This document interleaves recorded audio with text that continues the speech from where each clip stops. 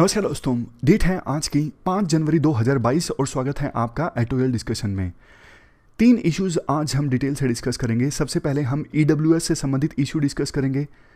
दूसरे नंबर पे हम इशू डिस्कस करेंगे डिफेंस मैन्युफैक्चरिंग में सेल्फ रिलायंस से संबंधित। देखो, वैसे ये जो इशू है ना डिफेंस मैन्युफैक्चरिंग में सेल्फ रिलायंस से संबंधित, ये काफ़ी बड़ा है। आज जितना हम डिस्कस करके करेंगे, अदरवाइज थोड़ा रह गया तो फिर हम आगे डिस्कस करेंगे। काफ़ी इंपॉर्टेंट है ये इशू, हिंदू में कवर नहीं हुआ, इसलिए अलग से कंपाइल करके डिफेंस मैन्युफैक्चरिंग में। अरे यार, कुकर की सीटी बज गई। बताओ रसोड़े में कौन था? चलो ठीक है, तो ये सॉरी इसके लिए यार, वो चलो ठीक है, आप समझ जाओगे।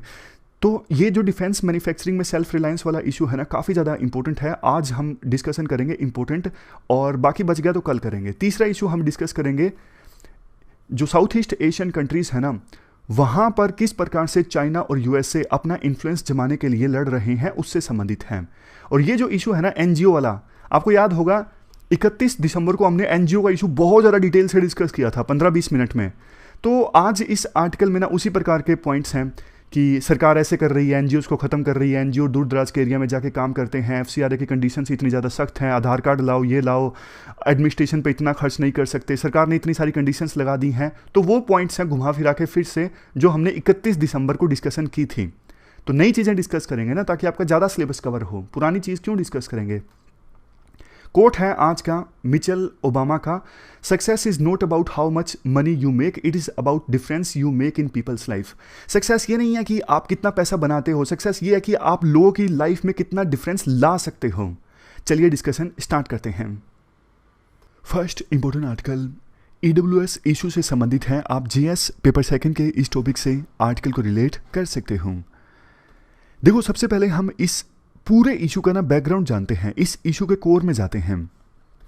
2019 में EWS कैटेगरी को 10% रिजर्वेशन दिया गया था, और इसके लिए सरकार ने संविधान भी अमेंड करवाया था पार्लियामेंट के थ्रू। इस 10% रिजर्वेशन का लाभ लेने के लिए सरकार ने एलिजिबिलिटी लिमिट रखी थी फैमिली इनकम 8 लाख रुपए, यानी जिसकी फैमिली इनकम 8 लाख से ज़्यादा है ना, वो इस 10% EWS रिजर्वेशन का लाभ नहीं उठा सकता, उसका EWS सर्टिफिकेट नहीं बनेगा। ऐसा सरकार रूल लेके आई। हालांकि देखो, रूल्स में दूसरे भी प्रोविजंस थे। फॉर एग्जांपल, अगर किसी फैमिली के पास 5 एकड़ से ज़्यादा का लैंड है तो उसका भी EWS सर्टिफिकेट नहीं बनेगा, वो एलिजिबल नहीं है। दूसरे प्रोविजंस जैसे कि अगर किसी के पास 1000 स्क्वायर फीट या फिर इससे ज़्यादा की रेजिडेंशियल प्रॉपर्टी है ना, उसका भी EWS सर्टिफिकेट नहीं बनेगा। अगर किसी के पास नोटिफाइड म्यूनसिपैलिटीज़ में 100 स्क्वायर यार्ड या फिर इससे अधिक का रेजिडेंशियल प्लॉट है, उसका EWS सर्टिफिकेट नहीं बनेगा। और दूसरी म्यूनसिपैलिटीज़, दूसरे areas other than notified municipalities, यानी नोटिफाइड म्यूनसिपैलिटीज़ से बाहर के एरिया में अगर किसी के पास 200 स्क्वायर यार्ड या फिर इससे अधिक का रेजिडेंशियल प्लॉट है, उसका भी EWS सर्टिफिकेट नहीं बनेगा। तो ये क्राइटेरिया सरकार के द्वारा रखा गया था। ये बात है 2019 की। उसके बाद पिछले साल सरकार ने क्या किया, नीट के थ्रू जो एग्ज़ाम होता है ना पोस्ट ग्रेजुएट मेडिकल सीट्स के लिए, यानी कि MD के लिए, और डेंटल एडमिशंस में भी इस 10% EWS रिजर्वेशन को एक्सटेंड कर दिया। तो सुप्रीम कोर्ट में देखो, इस EWS रिजर्वेशन से संबंधित ना काफ़ी सारी पिटीशंस पेंडिंग है और सुप्रीम कोर्ट इन पर सुनवाई कर रही थी। तो सुप्रीम कोर्ट ने ना MD के लिए नीट काउंसलिंग पर फिलहाल रोक लगा दी थी कि जब तक हम EWS इशू पर सुनवाई कंप्लीट नहीं कर लेते ना, तो फिर नीट के थ्रू जो MD की काउंसलिंग होती है वो अभी सस्पेंड रहेगी। ऐसा सुप्रीम कोर्ट ने आदेश दिया था। तभी तो ये आपने देखा पिछले दिनों बहुत सारे डॉक्टर्स विरोध कर रहे थे, प्रोटेस्ट कर रहे थे। यही तो पूरा इशू था, उनकी काउंसलिंग रुकी हुई है। जब देखो सुप्रीम कोर्ट पिछले साल EWS इशू पर सुनवाई कर रही थी ना, तो सुप्रीम कोर्ट ने एक क्वेश्चन पूछा सेंट्रल गवर्नमेंट से, भैया आप एक बात बताओ, आपने जो ये क्राइटेरिया रखा है ना कि फैमिली इनकम 8 लाख रुपए से ज़्यादा है तो EWS सर्टिफिकेट नहीं बनेगा, आप इस क्राइटेरिया तक कैसे पहुंचे? क्या आपने कोई रिसर्च करवाई? क्या आपके पास कोई डेटा है, कोई एविडेंस है? उसके आधार पर आपने ये 8 लाख का क्राइटेरिया चूज किया या फिर वैसे ही रात को सपना आया कि 8 लाख ले लो कोई दिक्कत नहीं है? मतलब अपनी विम्स एंड फैंसीज के हिसाब से 8 लाख का आंकड़ा चूज किया या फिर कोई प्रॉपर एविडेंस के आधार पर आप इस 8 लाख तक के आंकड़े तक पहुंचे?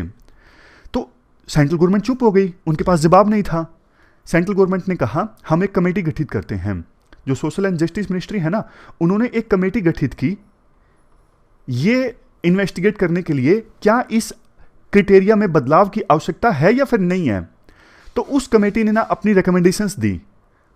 रिकमेंडेशंस में सबसे पहली बात तो कमेटी ने ये बोली कि 8 लाख का क्राइटेरिया ठीक है, इसमें कोई कमी नहीं है, कोई गलती नहीं है, ये क्राइटेरिया बिल्कुल ठीक है।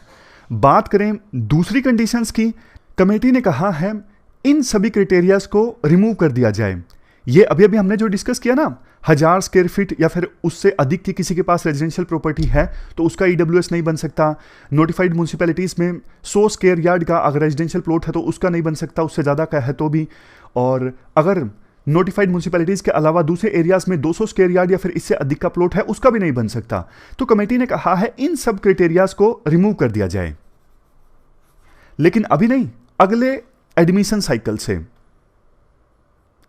लेकिन मेन बात वही है, कमेटी ने कहा कि 8 लाख इनकम वाला क्राइटेरिया है ना, फैमिली इनकम वाला, वो बिल्कुल सही है, इसको एक्सेप्ट किया जाए। तो कमेटी की रिपोर्ट को सेंट्रल गवर्नमेंट ने एक्सेप्ट भी कर लिया और एक्सेप्ट करने के बाद सुप्रीम कोर्ट में जवाब भी दे दिया हम इस 8 लाख वाले क्राइटेरिया से संतुष्ट हैं। तो उसी पर आज के आर्टिकल में राइटर क्वेश्चन रेज करते हैं, भैया तुम्हारे संतुष्ट या असंतुष्ट होने से क्या होता है, आप ये बताइए ना कि आप इस 8 लाख वाले क्राइटेरिया तक कैसे पहुंचे। क्या आप ओबीसी से आपने लेसन लिया? क्योंकि अभी देखो ओबीसी में, अदर बैकवर्ड क्लासेस में वो लोग जिनकी इनकम 8 लाख से ज़्यादा है ना, वो फिर देखो क्रीमी लेयर में आ जाते हैं, उनको फिर ओबीसी रिजर्वेशन का लाभ नहीं मिलता। तो क्या सेंट्रल गवर्नमेंट ने ऐसा सोचा कि ओबीसी की लिमिट भी 8 लाख है तो ईडब्ल्यूएस की लिमिट भी 8 लाख लगा देते हैं, सिमेट्री हो जाएगी, मजे आ जाएंगे। लेकिन देखो आर्ग्यूमेंट ये है ना कि अदर बैकवर्ड क्लासेस को जो रिजर्वेशन मिला है ना, वो उनको एजुकेशनल और सोशल बैकवर्डनेस के आधार पर मिला है।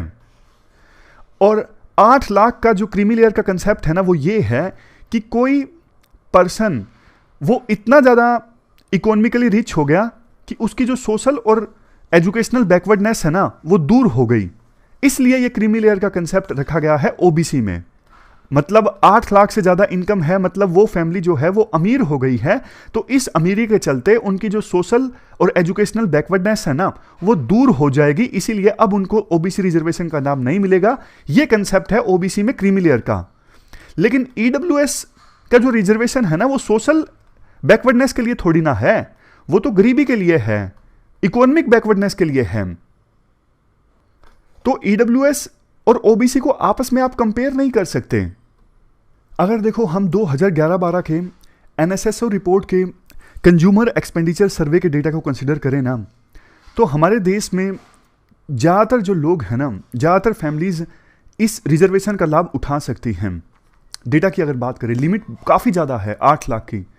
इनकम टैक्स रिटर्न से हमारे देश में बहुत कम लोग फाइल करते हैं और ट्रेडर जो हैं वो अपनी इनकम कम दिखा के रखते हैं। कमेटी हालांकि बोलती है हमने ना इनकम टैक्स में जो एग्जम्पशन लिमिट है उसको भी कंसिडर किया है ये 8 लाख का क्राइटेरिया देते वक्त, लेकिन राइटर ये बोलते हैं देखो टैक्स एग्जम्पशन तो सिर्फ 2.5 लाख तक है, तो फिर कैसे 8 लाख के क्राइटेरिया तक पहुंची सरकार। इसके बाद सरकार ने ना अपने एफिडेविट में एक बात और भी बोली सुप्रीम कोर्ट के सामने कि नीट, यूपीएससी, जेई इनके रिजल्ट्स शो करते हैं कि जिन्होंने ईडब्ल्यूएस का लाभ लिया ना, उनमें से कुछ 0 से 2.5 लाख तक की ब्रैकेट में हैं, कुछ 2.5 से 5 लाख तक की ब्रैकेट में हैं और कुछ 5 से 8 लाख तक की ब्रैकेट में। ऐसा नहीं कि सारे एक ही ब्रैकेट से हैं। और लेकिन देखो राइटर के अनुसार सरकार ये नहीं एक्सप्लेन कर सकी कि ईडब्ल्यूएस की जो कट ऑफ है वो ओबीसी से कम क्यों गई है। खैर राइटर का ये मानना है कि सरकार को प्रॉपर डेटा, प्रॉपर एविडेंस रखना चाहिए था अपनी इस लिमिट को जस्टिफाई करने के लिए। यहां पे देखो एथिक्स का ना एक कंसेप्ट निकल के आता है, बताइए कौन सा? सोचिए कौन सा एथिक्स के कंसेप्ट से आप इस आर्टिकल को रिलेट कर सकते हो? ऑब्जेक्टिविटी। ऑब्जेक्टिविटी का मतलब बताइए आप, व्हाट इज ऑब्जेक्टिविटी? देखो जब आप डिसीजंस लेते हो ना प्रॉपर फैक्ट्स, प्रॉपर एविडेंस और प्रॉपर फिगर्स के आधार पर, उसे कहा जाता है ऑब्जेक्टिविटी। एक सिविल सर्वेंट को हमेशा ऑब्जेक्टिव डिसीजंस लेने चाहिए। इसका ऑब्जेक्टिविटी का विपरीत टर्म होती है सब्जेक्टिविटी। सब्जेक्टिविटी का मतलब होता है हम लोगों को देखते हैं अपने अनुसार, वी सी द पीपल या फिर we see the things according to us. लेकिन ऑब्जेक्टिविटी का मतलब ये होता है हम चीज़ों को देखते हैं एज दे आर, जैसे वो हैं वैसे ही हम चीज़ों को देखते हैं। सब्जेक्टिविटी तो मैटर करती है। जैसे देखो एग्जाम्पल के तौर पर मान लीजिए आप एक डिस्ट्रिक्ट के डीएम हो और देखो आपके पास इतनी डिस्क्रिशन है कि आप अपने लिए ऑफिस में एक क्लर्क को हायर कर सकते हो। तो आप बुलाते हो कैंडिडेट्स को इंटरव्यू के लिए। आप हर एक इंटरव्यू वाले कैंडिडेट से 5-5 मिनट बात करते हो और यहां पे देखो 5-5 मिनट बात करने के बाद 2 केसेस हैं। पहले केस में आप महेश को हायर कर लेते हो। क्यों हायर किया? क्योंकि महेश आपके गांव का है, या फिर महेश से जब आपने बात की, महेश भी भगवान में विश्वास रखता है, आप भी भगवान में विश्वास रखते हो, तो आपको महेश पसंद आ गया, आपने महेश को हायर कर लिया। दूसरे केस में आपने हर एक कैंडिडेट की जो ट्रैक रिकॉर्ड है, एकेडमिक रिकॉर्ड है, वो जांचा, स्किल्स जांची, कम्युनिकेशन स्किल्स जांची, यानी प्रॉपर फैक्ट्स एंड एविडेंस के आधार पर आपने रमेश को हायर कर लिया। तो बताइए कौन सा केस सब्जेक्टिविटी का है, कौन सा ऑब्जेक्टिविटी का? पहला केस जाहिर तौर पर सब्जेक्टिविटी का है। आपने कुछ नहीं देखा, बस आपको जो ठीक लगा उसको आपने हायर कर लिया अपने अनुसार। और यहां पे दूसरे केस में आपने प्रॉपर फैक्ट्स, एविडेंस, फिगर्स के आधार पर फैसला किया कि रमेश जो है क्लर्क की पोस्ट के लिए उपयुक्त है। समझ गए आप ऑब्जेक्टिविटी और सब्जेक्टिविटी के बीच में क्या डिफरेंस है? देखो 2-3 मिनट की हम इस पे और भी डिस्कशन करते हैं ताकि आपका इसका पूरा एथिक्स का ये कंसेप्ट जो है ना वो क्लियर ही हो जाए। ऑब्जेक्टिविटी ना एक सिविल सर्वेंट के लिए बहुत ज़्यादा जरूरी है। बहुत बार ना सिविल सर्वेंट्स चीज़ों को ना जनरलाइज कर देते हैं। जैसे मान लीजिए एक गांव है, गांव से ना बहुत ज़्यादा फर्जी कंप्लेंट आती हैं आपके पास में। आप डीएम हो और आपके पास एक पर्टिकुलर गांव रामपुर से काफ़ी ज़्यादा फर्जी कंप्लेंट आती हैं। तो बाद में एक दिन आपके पास कोई कंप्लेंट आई, अगर आपके अंदर ऑब्जेक्टिविटी नहीं है ना तो आप उसको भी फर्जी मान लोगे। आप बोलोगे अरे यार रामपुर से तो जितना भी कंप्लेंट आता है सब फर्जी आता है, तो आप उसको वेरीफाई नहीं करोगे, बस जनरलाइज कर दिया आपने। अभी तक कंप्लेंट फर्जी आती थी तो ये भी फर्जी है, तो आपने अपनी ऑब्जेक्टिविटी का इस्तेमाल नहीं किया। ऑब्जेक्टिविटी कहती है कि हर एक कंप्लेंट को आप वेरीफाई करो, चीज़ों को जनरलाइज ना करो। तो अगर आप चीज़ों को जनरलाइज करते हो तो मतलब आप ऑब्जेक्टिविटी के आधार पर फैसला नहीं ले रहे हो। इसके बाद में दूसरा खतरा ऑब्जेक्टिविटी को है हेलो इफेक्ट। ये हेलो इफेक्ट क्या है? इंटरेस्टिंग है, ध्यान से सुनिएगा। देखो एग्जाम्पल ये है, आप डीएम हो, आपके ऑफिस में काफ़ी सारे सबऑर्डिनेट्स हैं। एक सबऑर्डिनेट ऐसा है जो टाइम पे नहीं आता है, उसमें कमी है, टाइम पे नहीं आता है, लेकिन उसकी टाइम पे ना आने की कमी की वजह से आपने उस पर्सन के बारे में इमेज बना ली कि वो पर्सन तो इनएफिशिएंट है, उसको काम करना नहीं आता, उसको कुछ नहीं आता, वो टाइम पे नहीं आता है। तो ये हेलो इफेक्ट है। आपने उस पर्सन के एक गुण की वजह से ये मान लिया कि वो पर्सन ऐसा ही होगा, उसके सारे गुण ही बेकार हैं, ऐसा आपने मान लिया। इस चीज को कहा जाता है हेलो इफेक्ट। हेलो इफेक्ट ना ऑब्जेक्टिविटी के लिए खतरा है। अगर हेलो इफेक्ट रहेगा तो आप ऑब्जेक्टिव डिसीजंस नहीं ले सकोगे। महेश अगर टाइम पे नहीं आता है, इसका मतलब ये नहीं कि वो इनएफिशिएंट है, वो इनकॉम्पिटेंट है। आप सिर्फ टाइम पर ना आने की वजह से उसके बाकी गुणों को मत परखिए, बाकी गुणों को एसेस मत कीजिए। इसके अलावा और किस चीज से खतरा है ऑब्जेक्टिविटी को? Primacy effect. प्राइमेसी इफेक्ट कैसे? जैसे देखो मान लीजिए आप डीएम हो, आपने किसी स्कूल का निरीक्षण किया, आप दौरे पर निकले हो काफ़ी सारे स्कूल्स का निरीक्षण करने के लिए। आप पहले स्कूल में पहुंचे, वहां पे काफ़ी साफ सफाई है, बच्चे अच्छे से पढ़ रहे हैं, इंफ्रास्ट्रक्चर भी अच्छा है, आप खुश हो गए, अरे इस एरिया में तो स्कूल बढ़िया है। तो आपका पहला इंप्रेशन बढ़िया हो गया। जबकि ये भी तो हो सकता है ना कि सिर्फ पहला स्कूल ही अच्छा है जिसका निरीक्षण आपने किया, बाकी तो सारे स्कूल्स का इंफ्रास्ट्रक्चर खराब है, व्यवस्था भी खराब है। लेकिन चूंकि पहला स्कूल आपने जो विजिट किया वो अच्छा निकला, तो आपके अंदर एक इंप्रेशन जम गया कि सारे स्कूल्स अच्छे ही हैं। तो इसको कहा जाता है प्राइमेसी इफेक्ट। वो बोलते हैं ना first impression is the last impression. नहीं, फर्स्ट इंप्रेशन पे मत जाइए, फैक्ट्स एंड फिगर्स के हिसाब से डिसीजन लीजिए। नेक्स्ट है रिसेंसी इफेक्ट। रिसेंसी इफेक्ट जैसा कि नाम से ही आपको पता है, मान लीजिए आप डीएम हो और आपके पास शिकायत आई है, यही मान लीजिए कि EWS का सर्टिफिकेट बनवाना है, लेकिन आपने वेरीफाई किया मीटिंग में ही, आपको पता लगा कि ये सर्टिफिकेट नहीं बन सकता, कैंडिडेट जो है फर्जी है, झूठ बोल रहे हैं, इनकम ज़्यादा है, तो आपने कहा कि नहीं आप जाइए यहाँ से, आपकी कोई सुनवाई नहीं होगी। लेकिन अगला कैंडिडेट फिर से आया, उसने भी अपने डॉक्यूमेंट्स प्रेजेंट किए, तो देखो चूंकि आपने उससे पहले वाला केस तुरंत निकाला है कि वो फर्जी कैंडिडेट है, उसका नहीं बन सकता है, तो जो नेक्स्ट केस आया है ना, रिसेंसी इफेक्ट की वजह से आप उसको भी बोल दोगे नहीं, आजकल सारे केस झूठे ही आ रहे हैं, आप उसको भेज दोगे कि अगली मीटिंग में आपका देखेंगे। जबकि देखो रिसेंसी इफेक्ट की वजह से पिछला केस फर्जी था, इसका मतलब ये नहीं ना अगला केस भी फर्जी है, अगला कैंडिडेट जेन्युइन भी तो हो सकता है ना, लेकिन पिछले केस के कारण आपने उसको लटका दिया, बोला कि अगली मीटिंग में देखेंगे। तो ये होता है रिसेंसी इफेक्ट। आपने ऑब्जेक्टिविटी से फैसला नहीं लिया। होता तो ये ना कि दूसरे केस के डॉक्यूमेंट्स को आप ध्यान से परखते और बोलते कि हाँ ये तो सच्चा कैंडिडेट है, इसको तो मिलना चाहिए, लाभ दे देते हैं। बट रिसेंसी इफेक्ट के कारण आपकी जो ऑब्जेक्टिविटी है वो कॉम्प्रोमाइज हो गई। इसके बाद लास्ट में एक और चीज से ऑब्जेक्टिविटी कॉम्प्रोमाइज हो जाती है, जब देखो हम दूसरों में अपने आप को देखने की कोशिश करते हैं। आप देखो मान लीजिए परफेक्शन, हर काम परफेक्ट करते हो, तो आपको लगता है कि आपकी टीम के सारे लोग ही परफेक्ट ही काम करें हमेशा। आपको लगता है कि आप हमेशा लेट नाइट काम करते हो, तो आपको लगता है कि मेरी टीम के सारे जो लोग हैं वो भी लेट नाइट काम करें। ऐसा नहीं होता है। देखो हर एक की सिचुएशन अलग अलग होती है।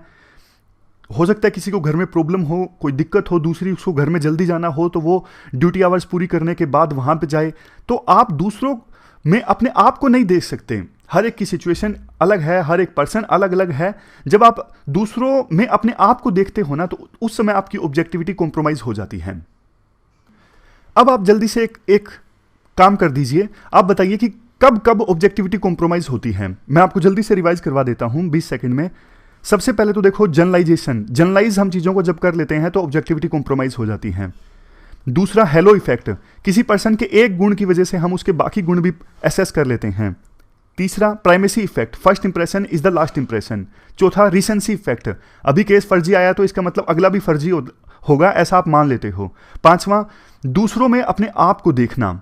5 चीजें जब होंगी ना तो ऑब्जेक्टिविटी कॉम्प्रोमाइज हो जाती है और सब्जेक्टिविटी आ जाती है।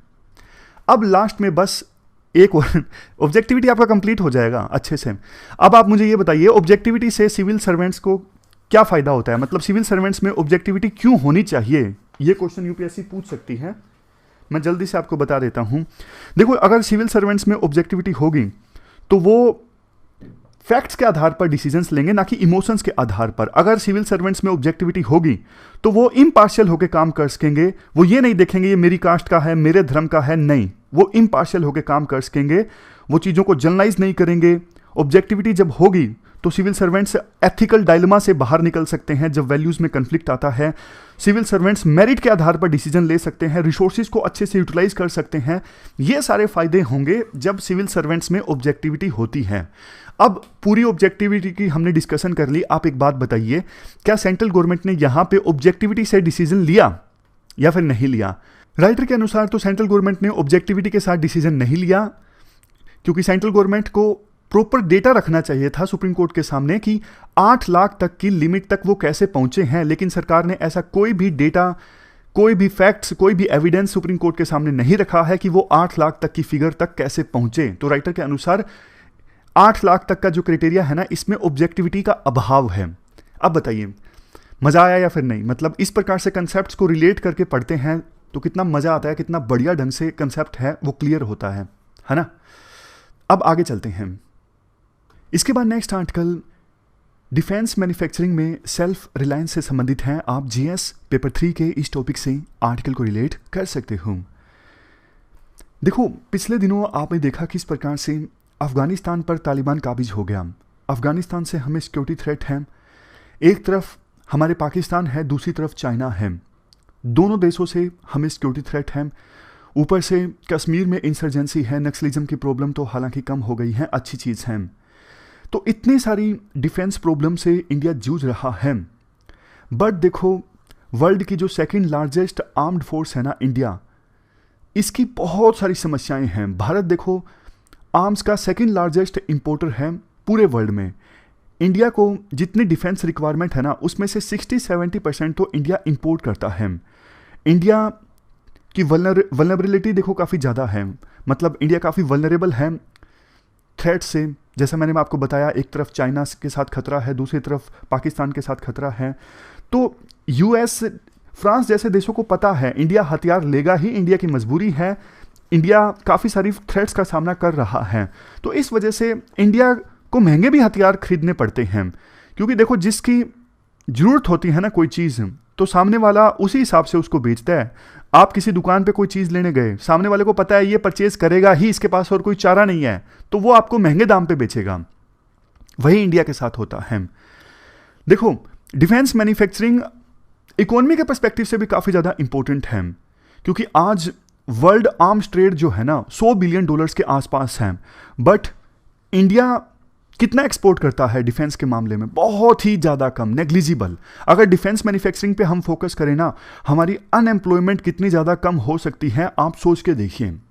लेकिन फिर भी मुझे याद है 1962 में जब युद्ध हुआ था ना, तो एक तरफ चाइना के जो सोल्जर्स थे ना, उनके पास ऑटोमेटिक वेपन्स थे, लेकिन हमारे सोल्जर्स के पास कौन से हथियार थे?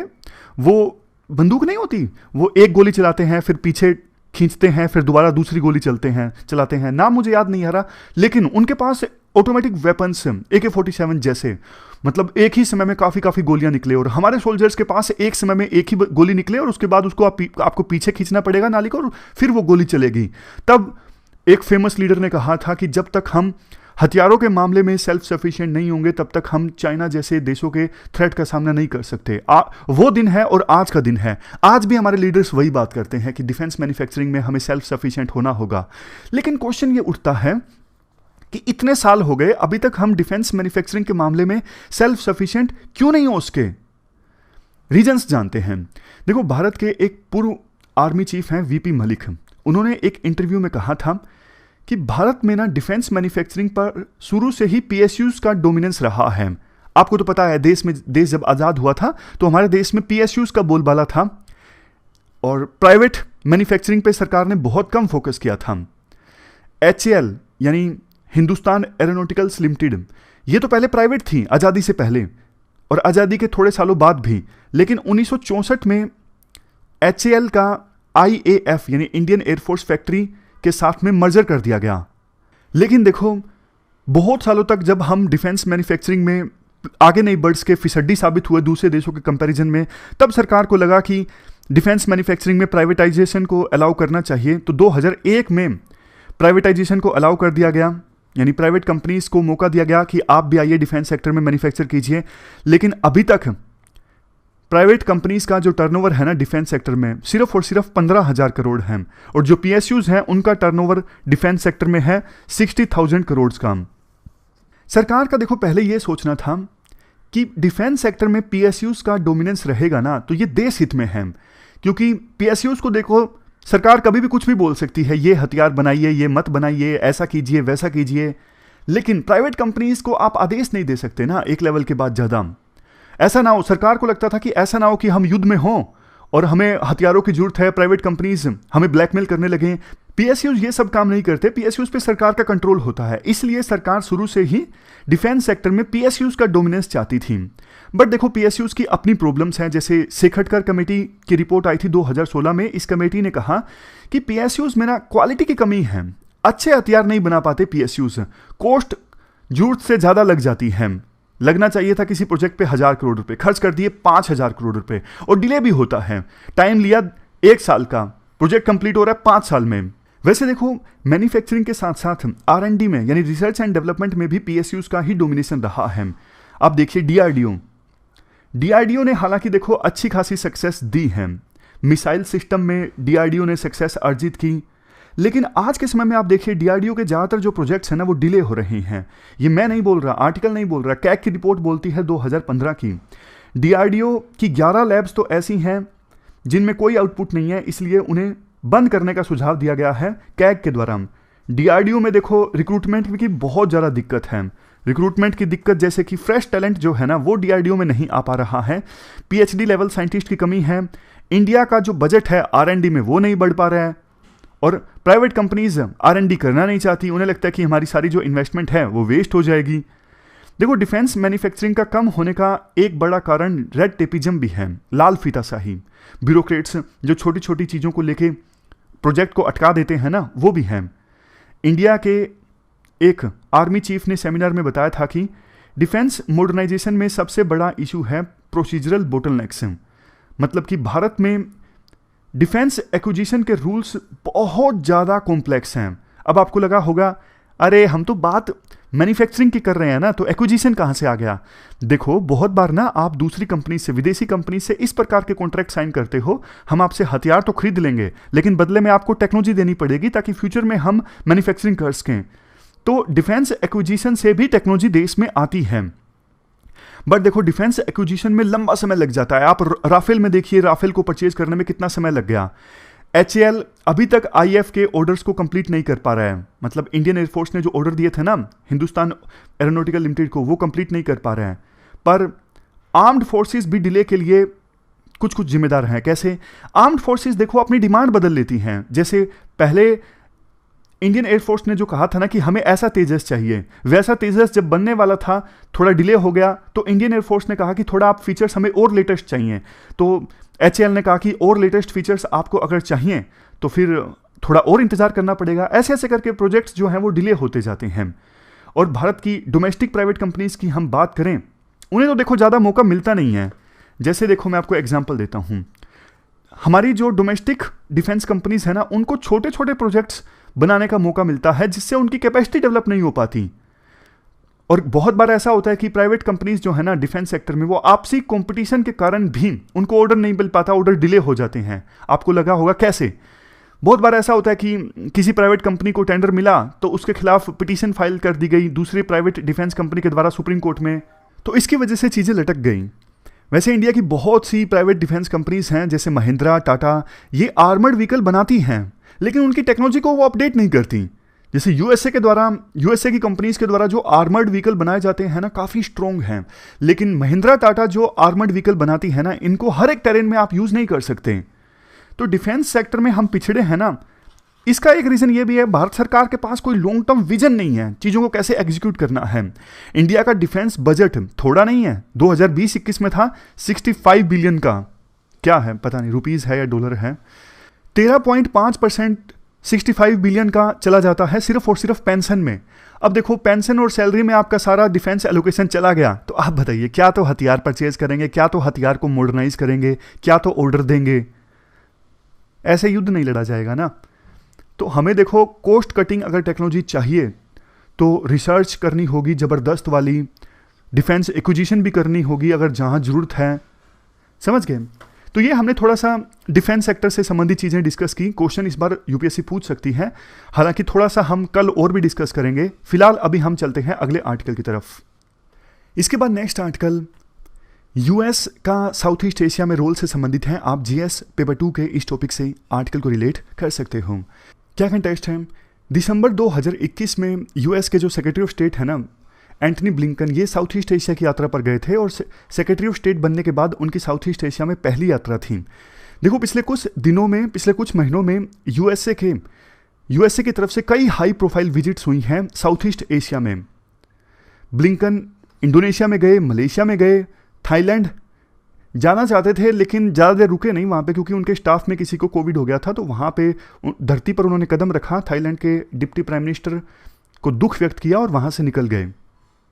अपनी इस यात्रा के दौरान ब्लिंकन ने एक स्पीच दी इंडोनेशिया की यूनिवर्सिटी में।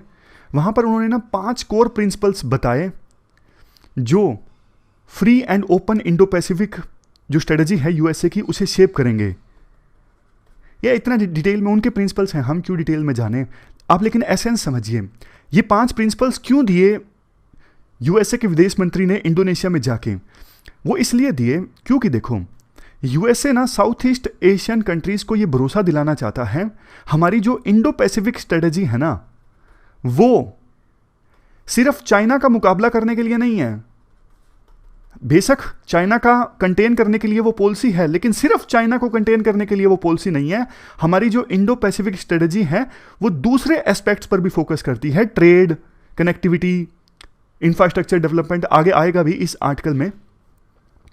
तो देखो, आइडिया ये था कि साउथ ईस्ट एशियन कंट्रीज के सामने यूएसए को एक रिलायबल पार्टनर के तौर पे प्रेजेंट करना।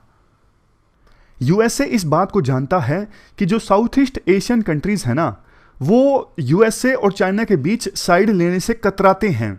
इसलिए यूएसए के विदेश मंत्री ने अपनी स्पीच में कहा कि जो इंडिविजुअल कंट्री है ना, वो अपना रास्ता अपने पार्टनर खुद चूज कर सकेंगे। तो उनको भरोसा दिलाने की कोशिश की कि यूएसए से आपको कोई खतरा नहीं है और आपको साइड भी लेने की जरूरत नहीं है। लेकिन इसके साथ साथ यूएसए के विदेश मंत्री ने अपनी स्पीच में चाइनीज थ्रेट का भी जिक्र किया। उन्होंने कहा बहुत कंसर्न है, नॉर्थ ईस्ट एशिया से लेकर साउथ ईस्ट एशिया तक, मेकोंग रिवर से लेकर पैसिफिक आइलैंड्स तक चाइना का खतरा है। चाइना जो है वो एग्रेसिव एक्शंस को शो कर रहा है, ओपन सीज को भी अपना बता रहा है, ओपन मार्केट्स को डिस्टोर्ट कर रहा है अपनी कंपनीज को सब्सिडी देकर, और वो कंपनीज फिर दूसरे देशों में माल डंप करते हैं। तभी तो इंडिया ने एंटी डंपिंग ड्यूटी लगाई। इसके अलावा एक्सपोर्ट डिनाई कर देता है दूसरे देशों को, दूसरे देशों से जो माल लेना चाइना बंद कर देता है अगर दूसरे देश उसकी बात नहीं मानते। तो ये सब काम चाइना कर रहा है और चाइना से थ्रेट है। ये सब बातें बोली यूएसए के विदेश मंत्री ने अपनी स्पीच में। देखो ये बात सच है, इंडो पैसिफिक रीजन में कंपटीशन तो है चाइना और यूएसए के बीच में। दोनों देश आसियान को लुभाने की कोशिश कर रहे हैं। चाइना अपना बहुत सारा पैसा खर्च कर रहा है आसियान कंट्रीज में बेल्ट एंड रोड इनिशिएटिव के थ्रू।